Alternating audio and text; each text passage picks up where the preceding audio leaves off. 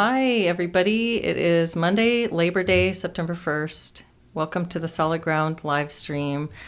I am Leslie Elliott Boyce. I'm joined by Jennifer Friend, Christine Siefenwalk, Jenny Holland, and we have a guest today. Jonathan Alpert is here with us. Jonathan is a New York psychotherapist and a writer on many topics. Mostly what I've read is around the intersection of politics and psychotherapy, what's going on right now in the field of mental health. So I am so excited to have you with us. Thank you for joining us, Jonathan. Yeah, thank you for having me, Leslie. Absolutely. And David LeBoy is here. Hello, David. Nice to see you. Thanks for joining us on the live stream, guys. We don't have Deborah with us today, so I don't have her excellent solid ground introduction, but I will put links in the video description if anybody is interested in joining our peer support and discussion groups. You can go to our Substack. We host several groups a week, and they are really refreshing places to just talk about all kinds of things. So please join us if you're interested. And big, broad topic we could get into today. Jonathan, I read your piece in City Journal recently, and I thought it was really good. And you're working on a book about this issue as well, correct? Yeah, and you were referenced in that City Journal piece, I believe. Yeah. So that made it even better. Your case there. But yeah, it's such a hot topic how politics and DEI and all that has made its way into our profession. And grad schools, I think, are a breeding ground for social justice warriors. And I'm not so sure that's what we want in a clinician. Yeah, I think that's absolutely right. And I'm hearing that that's just, wow, I don't know, it's just getting worse since I left graduate school a couple years ago. Yeah, I'm not so sure I'd be a good grad student these days. When I went to grad school 20-ish years ago, that really wasn't part of the curriculum. We would certainly learn about different cultures and being sensitive to that, but it wasn't the main focus of the program. The main focus was really on turning out good, solid clinicians who could diagnose and provide treatment for a variety of disorders. But we seem to have strayed pretty far from that these days. Yeah, what was the divergence point? Do you think that there was, or was it a gradual trajectory to where we are right now? I think over the past several years, we've seen a change. And, if we had to pin it to a news event, maybe around like the George Floyd situation, we started to see a change. We saw a big change in corporate America.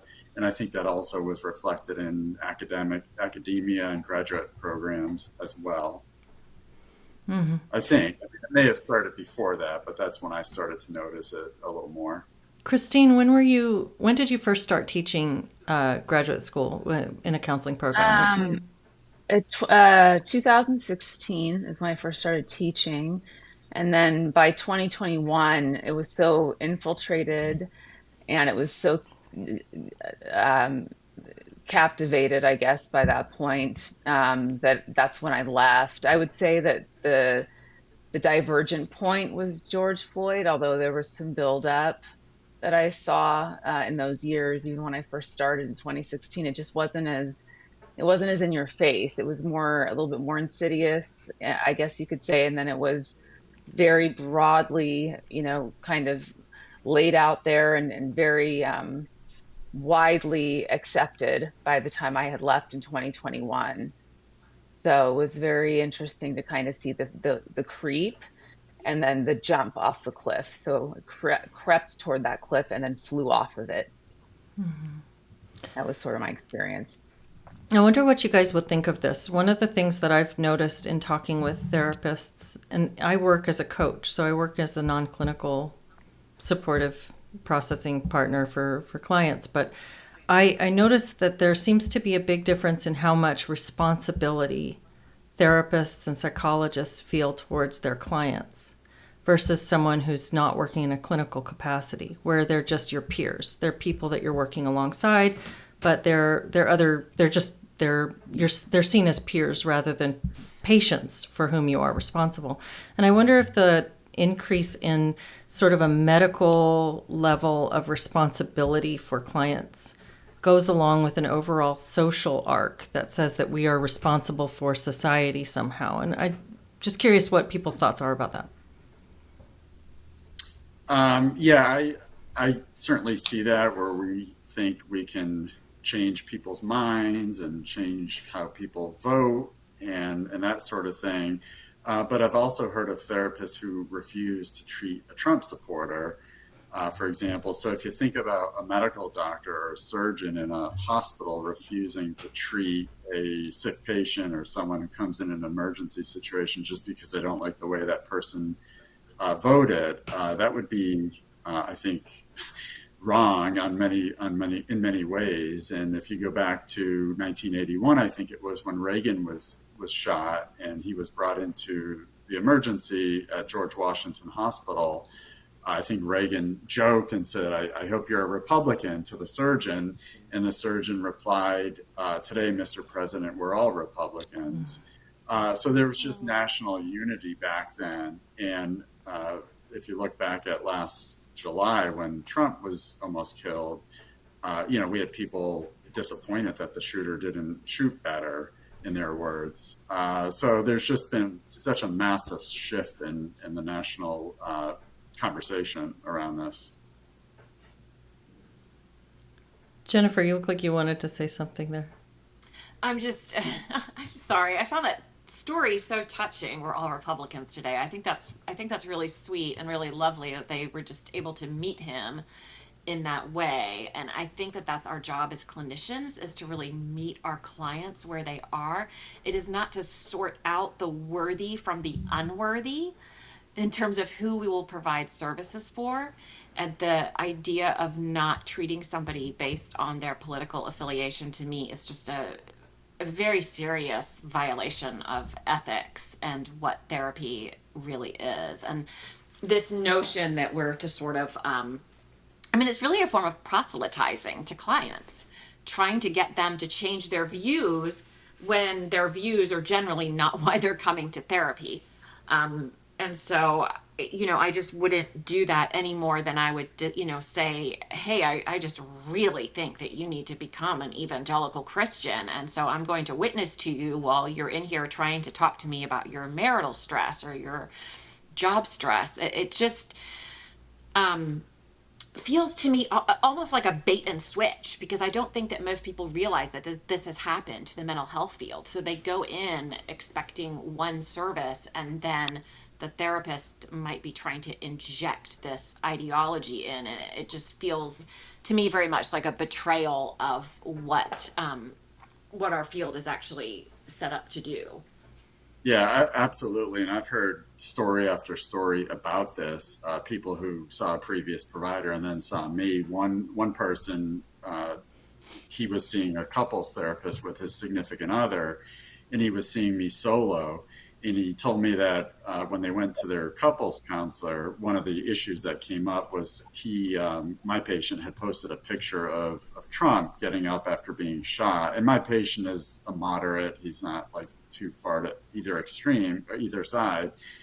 And his significant other didn't like that. And she brought it up in couples counseling. And the therapist insisted that he denounce his allegiance to Trump, and he really needs to change how he votes. And honestly, he wasn't a Trump voter. He really didn't like either of the candidates. He just thought it was an iconic picture.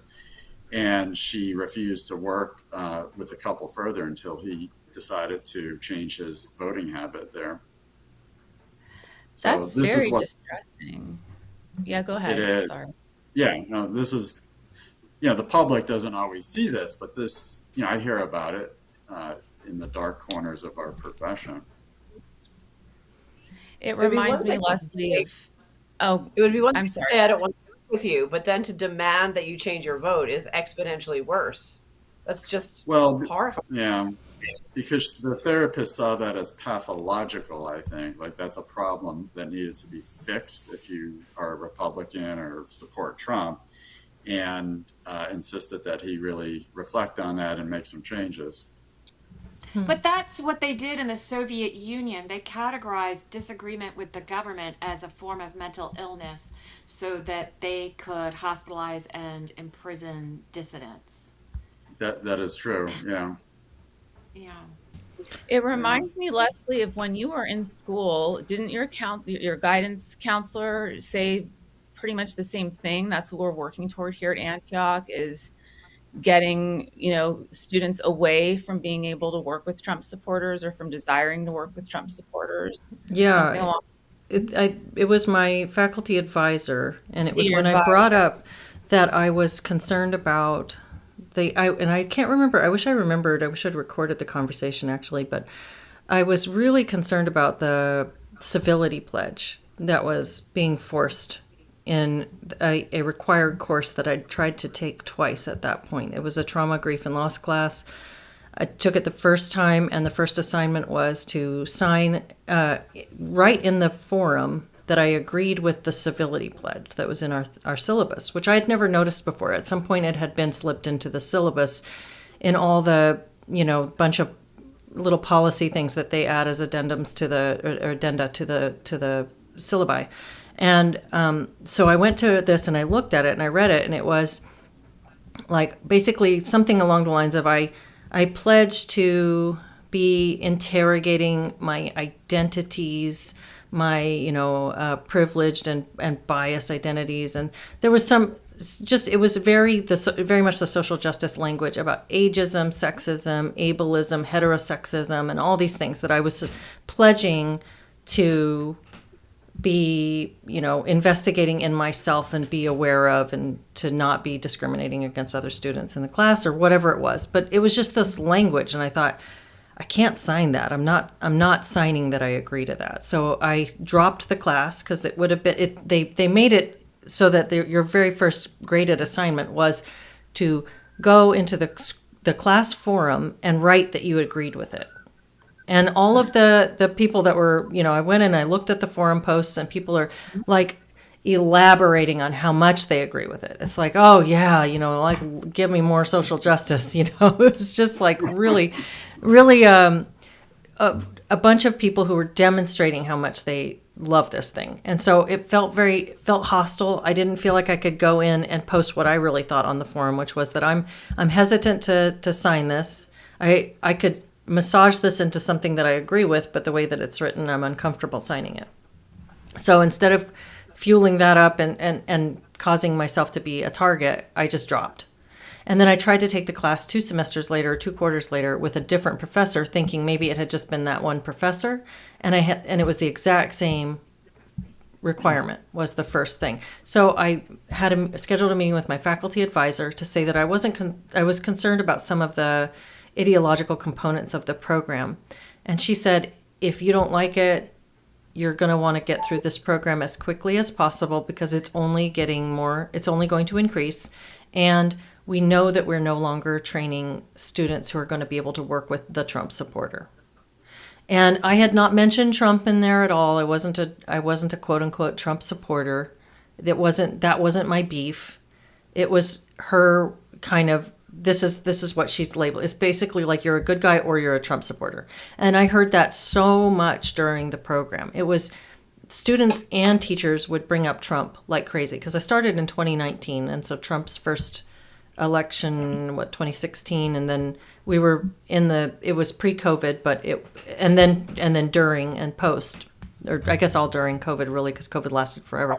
But we continually heard the disparagement of the Trump supporter.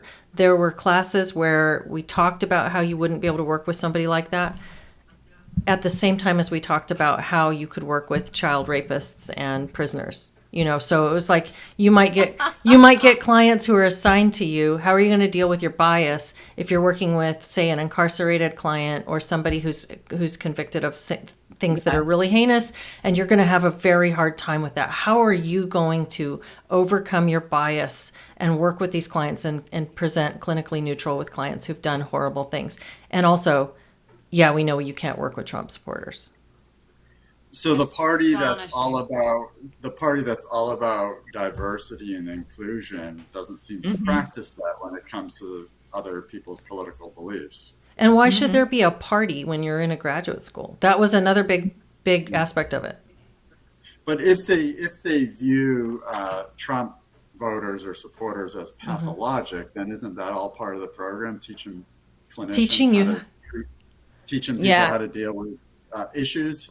Yeah, well said. That's something that I asked myself, and I've pondered a lot afterwards too. It's like if they would just pathologize the Trump supporter, then maybe we could give them a diagnosis and help them to but we can't. So it's this weird squishy gray area where you're just anathema. You're just like a bad person who's not allowed to be a part of this.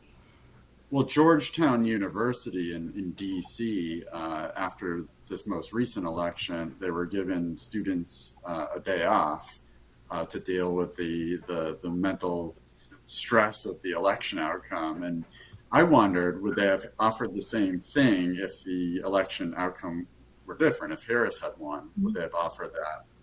Not so sure. Yeah, absolutely not, because they assume this is the right thing, and there's no reason why anybody could possibly be distressed. And if they are, they're people that would never be in this school because they all have horns.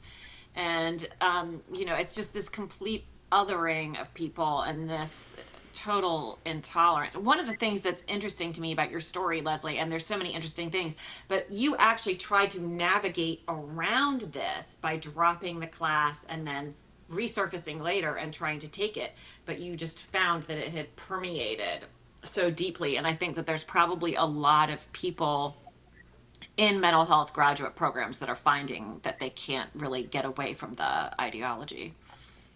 That was when I quit, was when the professors were not allowed to get around it either, because my classes, I didn't have those kinds of statements in the syllabus. I didn't have those things were not allowed. I mean, in my class. And when people would start talking about Trump and start talking about, I would tell them, we're not talking about this in here. This is not a class about politics, and it's not a program about politics. And I was able to squash those discussions. And I was able to say, what are you going to do if a Trump supporter does walk into your office? You're going to turn the door on a Trump supporter because they didn't vote for your candidate? How do you know somebody in this classroom didn't vote for Trump? I mean, I really pushed the button a lot with them. And I'd find these heated moments and I'd push and push and push. But that was my way of kind of pushing back in some subtle capacity. But when I couldn't do that anymore is when I actually left. That was when I said, okay, I can no longer make any kind of difference or have any kind of commentary that's going to matter here, because I can't get around anymore. I can't. It was too big for even me to be able to navigate that and to be able to have any kind of response in the classroom that would change, the atmosphere or change, what it was I could say or what it was we could discuss in the class. And that's when I left. Mm-hmm. So there's only so much that you're able to do it before it just catches up to you, because it's just the beast. It's just too large to kind of slay by yourself. Which school were you at? Antioch University. So Leslie and I taught at the same school that Leslie attended, a different campus. Okay. So I taught in LA. Leslie went to school in Seattle. I see. Yeah. Well, I will say there are more Trump voters than people like to believe. Just before the election, I wrote a piece that appeared in the Business Insider about the shy or closeted Trump supporter. So these were the people who planned to vote for Trump, but they would never tell their colleagues or friends or even their significant others for fear of being ostracized. And they determined that it's more important to maintain their relationship or friendship with their colleague or significant other than it was to make their vote be known. So I saw a lot of that. I would have patients tell me, I like Trump, I like his policy, I'm definitely voting for him, but I don't tell anyone but you as my therapist. Yeah, absolutely. Well, there's a selection issue all through counselor training, because I know that at the very beginning they're selecting for certain people, even when they do the intakes and the interviews. Like at my school that I went to, they wanted one of the very first questions was, what are your pronouns? One of the very first. This was the first place that I'd ever encountered that question. I must have known that concept existed, but in 2019 it wasn't really on my radar. And so it kind of came as a shock to me, but I complied with that ritual that one time, and that was the only time I did. That I learned ways to shift around it after that. But yeah, there's a selection issue at all levels of this field, and one of the things that I appreciate about what you've been doing, Christine, and what you're doing, Jonathan, is that there aren't enough. I don't think that there are enough current practitioners who are aware of how severe the issue of counselor training is. There are people who are being selected into these programs because they agree with it and then are coming out in their hordes. And then there are people who are going into these programs and fighting a really uphill battle against their conscience and against the ideology in order to try to get out the other side. And we end up talking with lots of people who either and I can think of several off the top of my head that I've interviewed who have not made it all the way through their program because it came to a head at some point for them, and they reached an impasse where either they were ejected from the program because they stood their ground, or they had to leave because it was just really hard to battle their conscience going through it. And then I've talked with other students who've emerged on the other side of it, and they're really shaken by the experience, this groupthink mind control experience that they're getting in counselor training of all places. So I really appreciate practicing professionals who are speaking to the issue of what's happening right now in training programs. Well, and it doesn't end after grad school. I mean, I see it we all see it in the profession, but I also see it in continuing ed programs and just post-grad type programs. A networking group that I belong to, people will list up different classes and courses that are being offered. And one of the courses that I saw after the election was, can't remember exactly the name, but it was something like keeping your whiteness in check, which to me, I'm not sure exactly what that means, but it does seem to be calling out a person's skin color. That doesn't seem appropriate. My whiteness is running amok. Yeah, I mean, you could never say that about another race. To me, it is so blatantly racist and just against the values that I thought we all held in common or aspired to in the United States. It still shocks me. Things like that still just kind of turn my stomach. Yeah, try replacing whiteness with another racial label and then say that same sentence. Yeah. That's frightening. Yeah. I'm glad you had that reaction because I also did, and it's out there. It's not limited to my networking group. I mean, the networking group is useful. It's good for referrals, and if you're looking for office space and that type of thing. But every so often, you see things like I just shared with you, which are just mind blowing. Mm-hmm. But this has been going on since, I think this really started to burst out, like the banks burst around the time of the Evergreen crisis, which obviously Leslie knows all about through Benjamin, who played a role in that. But I started noticing the mania online early, like 2012. 2013, 2014, and like Evergreen was when it burst out. Obviously not into the mainstream, but it came to my attention then as well. And people were given days off when Trump was elected in 2016. And the woke to me, it's like, what do you guys think as therapists / counselors?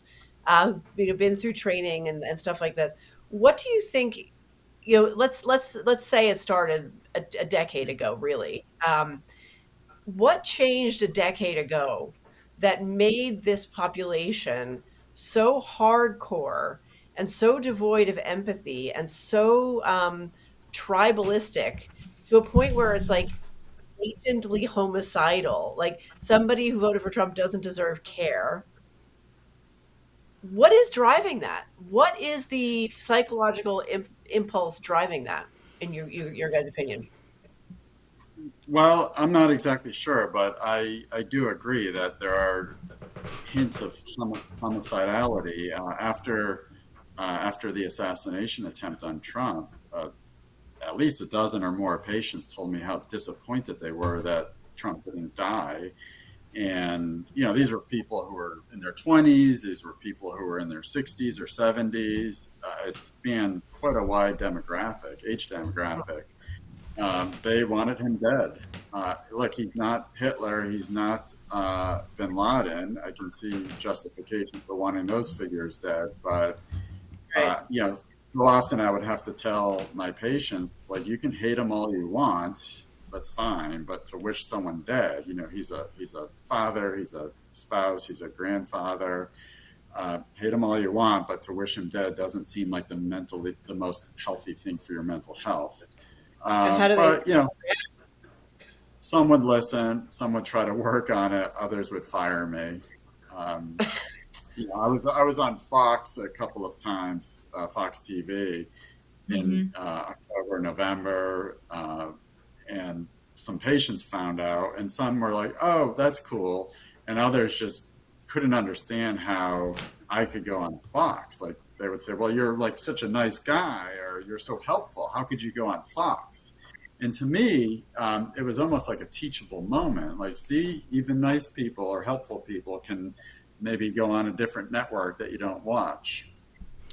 I So, wonder if it's possible to look at this without taking like a broader snapshot of what's been going on in our country for the last 25 years. I mean, 9/11, George W. Bush, Dick Cheney, Halliburton, the whole drummed up like WMDs, that felt that divided people so strongly. I mean, whatever you think about that episode in American history, I think that really exacerbated political divisions.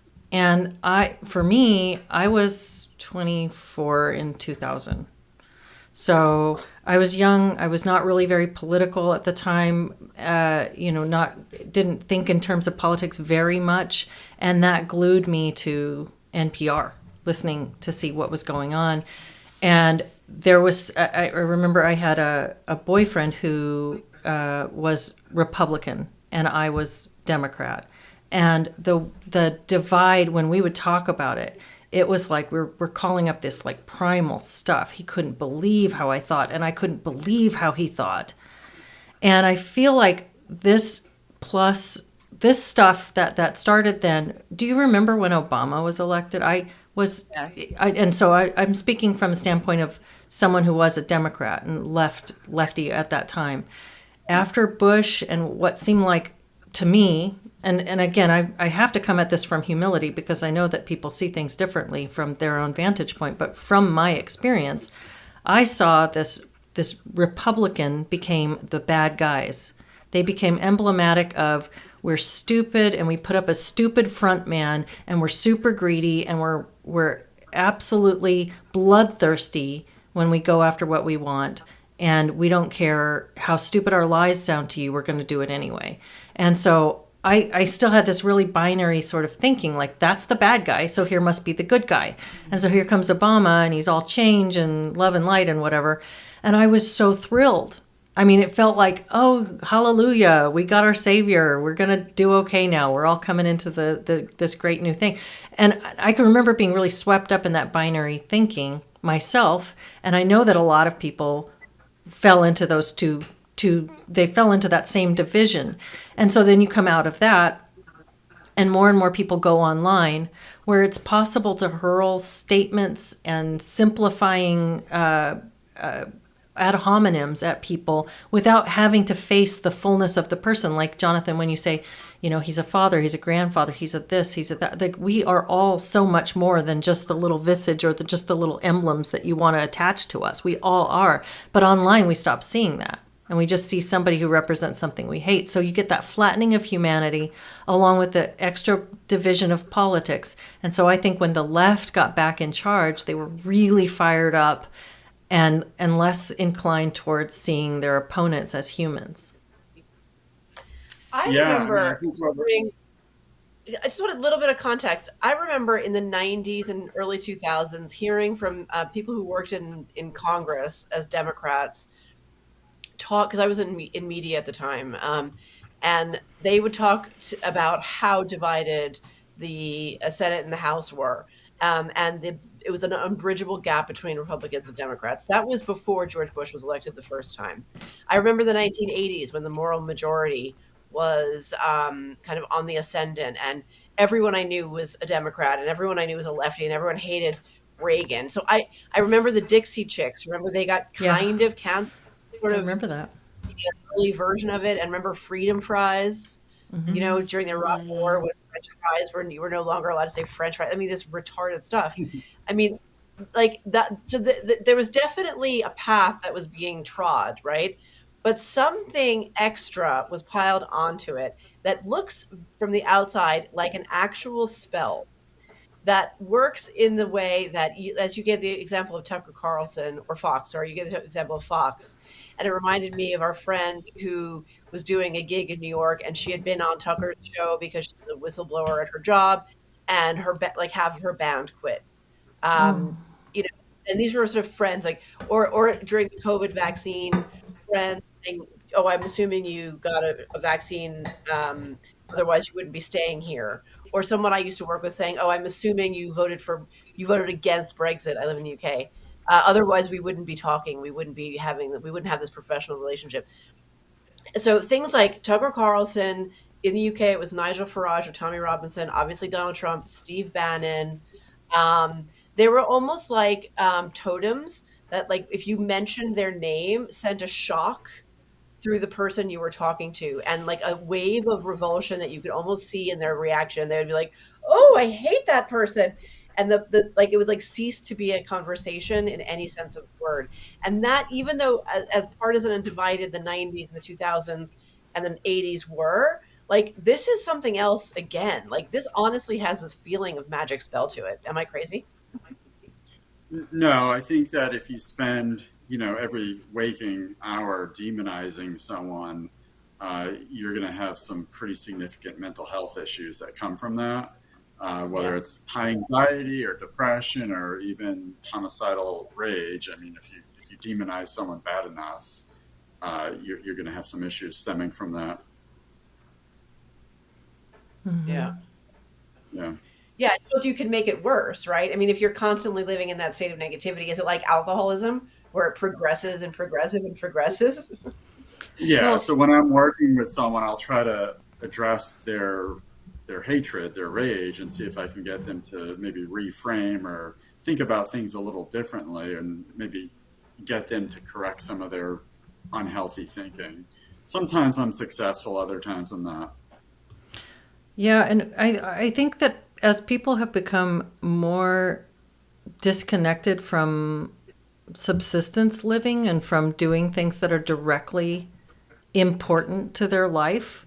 I mean, we have this sense of impotence. A lot of people do. They have to go through this grind. They have to do these things that don't mean that much to them. There's this like this exhausting sense of ineffectual impotence really in one's life oftentimes. And so giving people those totems, they're like lightning rods at which we can channel that angst. And I think it serves some sort of a psychological purpose to have somebody or something to point your struggle at. Yeah, and I Yeah. would see it on both sides. I would have patients who just hated Biden and hated Harris and not healthy. Although I will say none of those people wanted Biden to get killed or Harris to get killed. They just hated them and thought they weren't good politicians. So it does seem like the hatred, the vitriol on the left was a little stronger than on the other side. But yeah, it's definitely present on both sides. Coming back to the idea of how this intersects with therapy, something I wonder about. I wonder what you guys think about this. Like a lot of people, well, we know from all the research on what works in therapy that the most important aspect of the intervention is the relationship itself and the rapport that's established between the client and the therapist. And a lot of times people want someone who they feel, well, can understand them or could be someone that they could connect with. So they're choosing based on certain things. Like if you're looking for a therapist, you might choose somebody based on something that they've said that connects their experience to yours. Oh, this is going to be a person who understands me. On down to like what we hear now, we want a BIPOC therapist for a BIPOC client, a white therapist for a white client, like all the way down to these like superficial racial categories from, I'm struggling with infertility, and it helps to know that my therapist has gone through that too, so she's really going to get what I feel. So how much is that important in your mind? How much should we be connecting with therapists based on, or with clients based on identity characteristics? When is it appropriate? When does it go too far? Is there such a thing as going too far with that? I think it's important. I think the therapeutic alliance, which is what I think you're probably getting at, is important. So how people feel comfortable, or what makes someone feel comfortable with their provider, and some of it might be exactly what you're talking about. If the person looks how they look or is a similar age, I have plenty of people that I know who would, if they're in their 20s, they'd probably want to see a younger therapist. They don't want to see an old man like me. Understandable, I get it, and I do think sometimes it can be helpful to see someone who is like you, and certainly with some of the issues that you mentioned, like infertility, if someone has been through it, that therapist might be more helpful. But I do think it's gone a bit too far. All these different categories. If you go on like Psychology Today, there are a million boxes that you can check in your drop down list. Yeah. Yeah, I have a story about that from a client's perspective, actually. A few years ago, I had gone on, I think it was BetterHelp or one of those sites, so it's sort of like an aggregator site, and I had selected for bereavement. I experienced like multiple miscarriages, and I was extremely upset about And hopefully Jonathan can join us back in a second. Hey guys, thanks for your patience. This is the second week in a row we've had technical issues, and this time I have no idea what happened, but our this program just told me we were having trouble with the sound. So I'll do the same thing I did last week and splice. Here's Jonathan. Hey, Jonathan. Every time we try to talk, we have a sound issue. Sorry. This time it was definitely on my end because it was my program was sending me a message saying that the program needed to shut down for audio issues. Looks like we lost a few listeners there. That's okay. Well, they'll either pop back or they'll catch it on the replay. But hey, Helena. Hey, David. Hi, Subdue Light. Thanks all for bearing with us. So, Jenny, you were in the middle of a point when we lost you. Do you remember your point? My point basically is that it's not always a good thing to have a therapist who's experienced your exact trauma, because I had this experience once where I had gone to a therapist and I had selected them. It was an online thing specifically for bereavement. And, halfway through the first session, the therapist started crying because she had lost her own adult son. And I was just sitting there like, I'm really sorry. I didn't, I was like, okay, well, I guess our session is over. I mean, I felt bad. I was like, really. So what I'm saying is someone, I understand the impulse. I mean, I personally would have trouble going to someone younger than me, for example. But I think that, detachment is a really key factor. And, you don't necessarily need someone, obviously, who has experienced your exact kind of life trauma. Mm-hmm. And sometimes it actually can be a benefit if they haven't, so they can see it from a totally outside perspective. Yeah, that's a good point. And how far should we take that? Because that kind of comes back around to the idea of I can't work with a Trump supporter. Like, at what point as a therapist do you say, yeah, I don't think I'm going to be able to hold neutrality with this person because there's something here that is really blocking me from being able to empathize or whatever. So, I mean, just to strongman that, like, how far should that legitimately go? That you can banish someone, or? Yeah, that you can say, well, you know what? Because therapists do this all the time where they say, this is outside of the scope of my practice. Like I got an email from somebody. I was trying to refer a client a coaching client in for to be seen by a clinician, and the response was, "Well, I don't work with gender, so I'm not." I would refer on if it were a client dealing with gender dysphoria. So people all the time pick their parameters. Like, this is outside of the scope of my practice. I'm not comfortable working with this or this or the other. So how does politics enter that? How should politics enter that?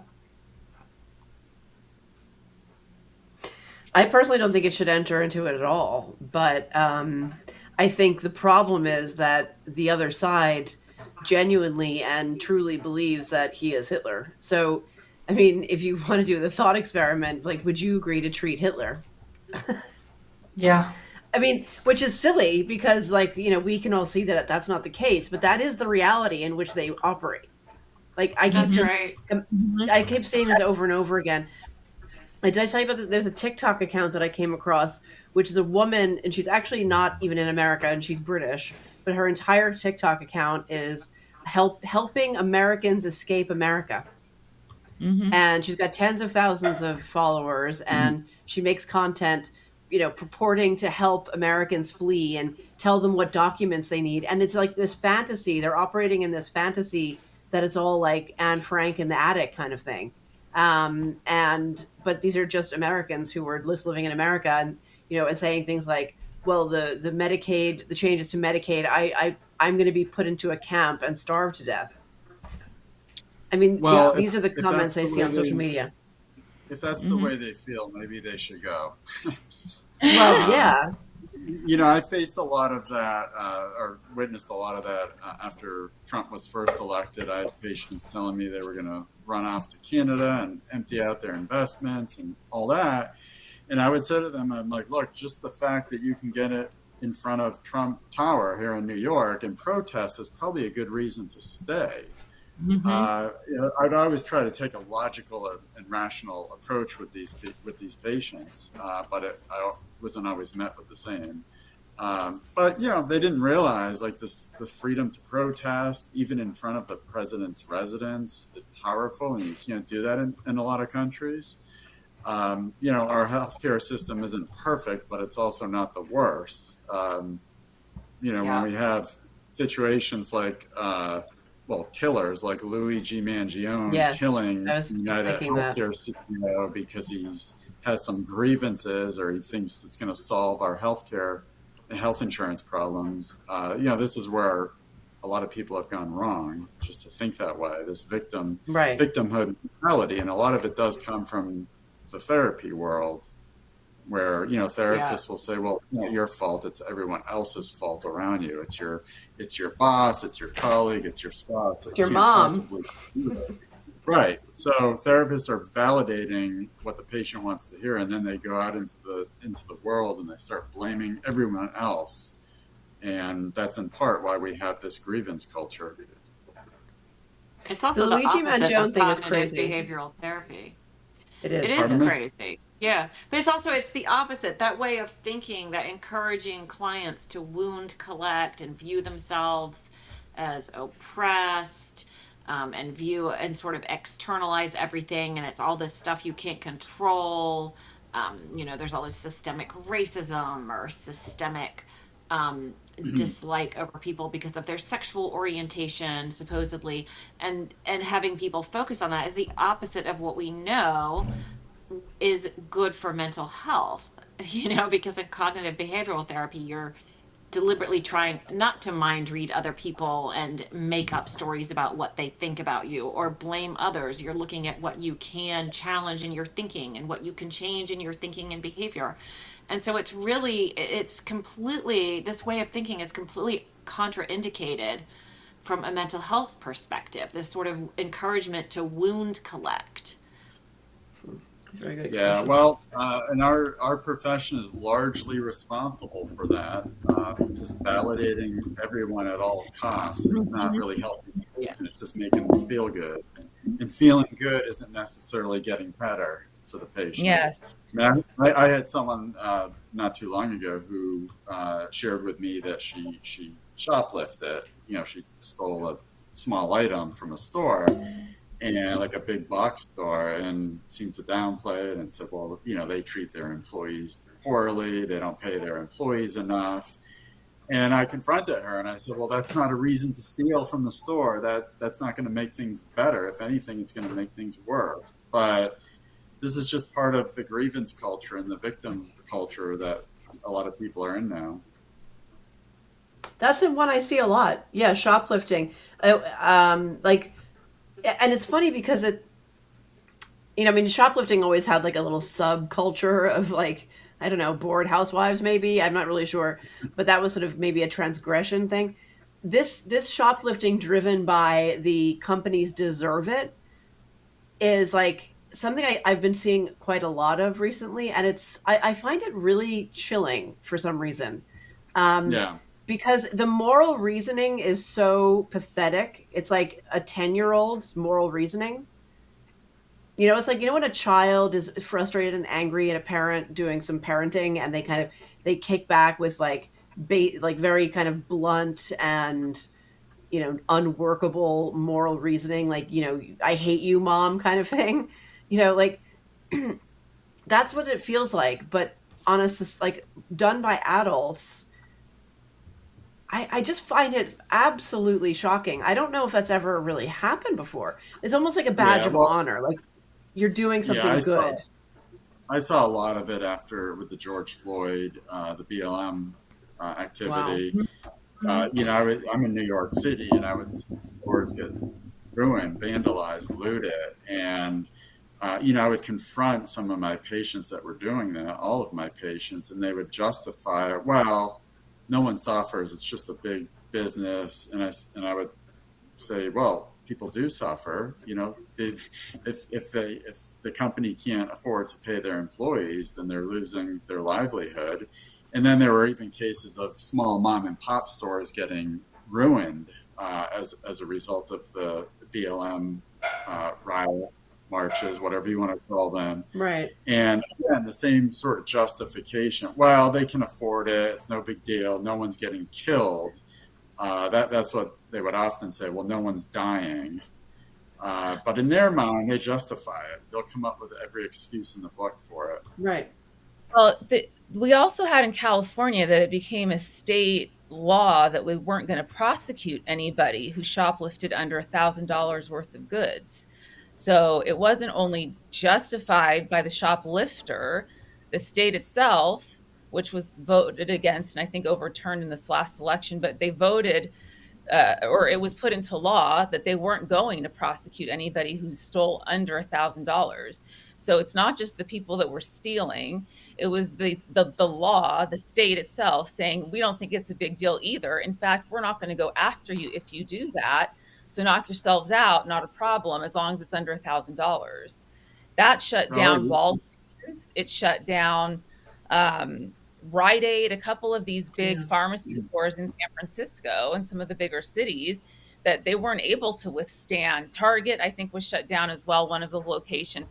They weren't able to withstand under $1,000 by anybody because it eventually, added up, obviously. And again, I think it was overturned during this past election we had in 2024, but the damage has already been done. And that kind of, very narcissistic response of, well, this is mine. And this is sort of, we're told we can do this. People bringing calculators into the stores and actually adding up the items. Oh my gosh. It's mind blowing. It's mind blowing. The first time I witnessed that here in Manhattan, someone walked in with a big duffel bag and just emptied the shelves of shampoo and other beauty products. And I was just like, I couldn't believe my eyes. I think in New York, it might be $800 to cut off. And then I just mentioned to the cashier what I saw. And she's like, happens all the time. We can't do anything about it. Wow. Yeah. And then you have people like Cynthia Nixon and AOC saying, well, these people must be in need. That's why they're doing it. Yes, it's important. What they're doing is they're going on Amazon or eBay, and you can set up shop and sell these items for a lot more than that. Wow. Yeah.